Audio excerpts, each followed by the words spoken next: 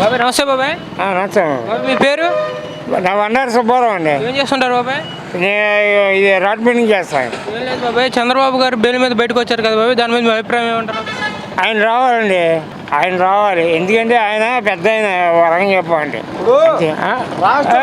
పుట్టినప్పుడు ఆయన రావాలండి.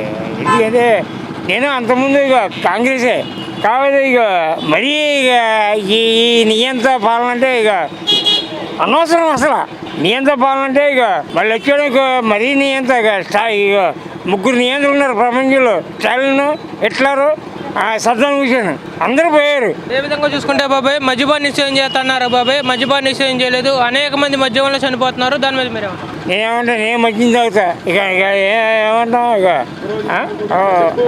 కాదు, నిషేధం కాదు, అదే దానికి ఆదాయం ఇది. అది 15 రూపాయలు కోటరు 150 అమ్ముతున్నాడయ్యా. ప్రభుత్వం అట్లా తయారైపోయింది. అదేవిధంగా చూసుకుంటే బాబాయ్ అదే మద్యం మీద ఏడాదికి వచ్చేసరికి 30,000 కోట్లు తాడేపల్లి ప్యాలెస్ 37,000 కోట్లు తెలిసి 37,800 కోట్లు రాష్ట్రం మీద.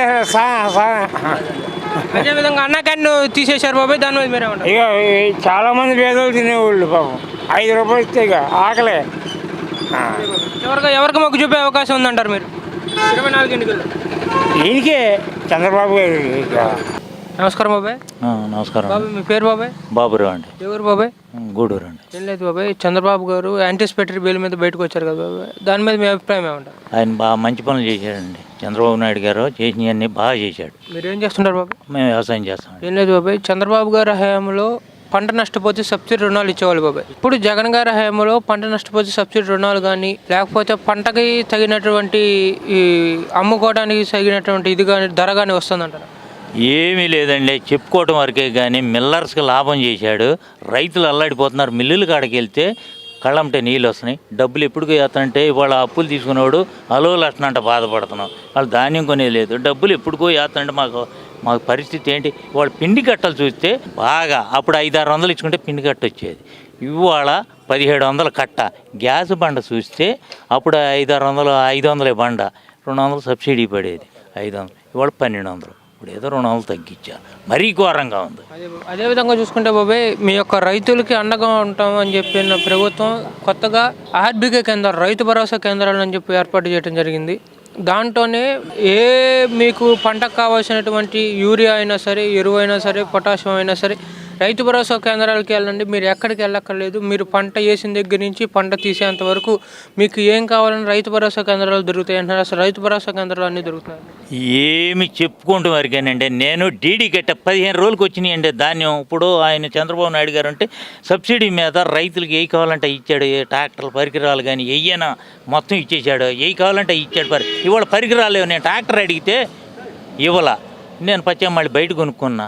ఇవాళ అన్నీ చాలా రుసుకులు. పంటలు చూస్తే పంటలు ఇవాళ బేపచ్చంగా కలుపులు కానీ వాటి అసలు వస్తాయో రావు, వాటి ఖర్చులు వస్తాయో రావు అనిపిస్తుంది. అదేవిధంగా చూసుకుంటే మీ ఇప్పుడు వచ్చేసరికి 3 రాజధానులు అన్నారు జగన్ గారు.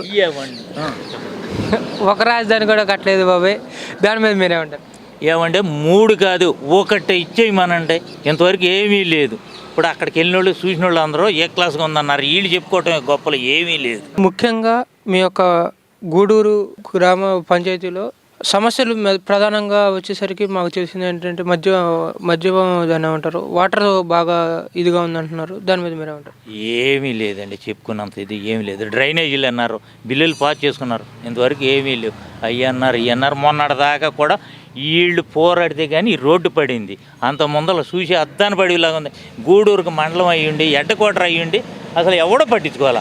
మొన్న గట్టిగా పడితే కానీ ఇప్పుడు ఈ రోడ్డు అన్న చేశారు. అదేవిధంగా చూసుకుంటే ఇప్పుడు వచ్చేసరికి మద్యపాన నిషేధం చేస్తున్నారు, మద్యపాన నిషేధం చేయలేదు. అదే మద్యం వల్ల అనేక మంది చనిపోవడం జరుగుతుంది. దాని మీద మీరు ఏమంటారు? ఎందుకంటే మంచిదైతే అప్పుడు అంత చంద్రబాబు నాయుడు గారి హయాంలో 50 రూపాయలు, ఇవాళ 250, 300.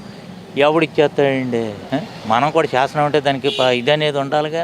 ఒక మంచి ప్రజలకి నువ్వు ఎక్కావంటే ప్రజల్ని ఎంత ఇదిగా చూసుకోవాలి. రౌడీ ఈజాలో తంతాకి బయటకు వస్తేనేమో జైళ్ళు అంటున్నావు, అయ్యి అంటున్నావు, ఇవి అంటున్నావు, ఎవడికాడు భయం వేసి రావట్లా.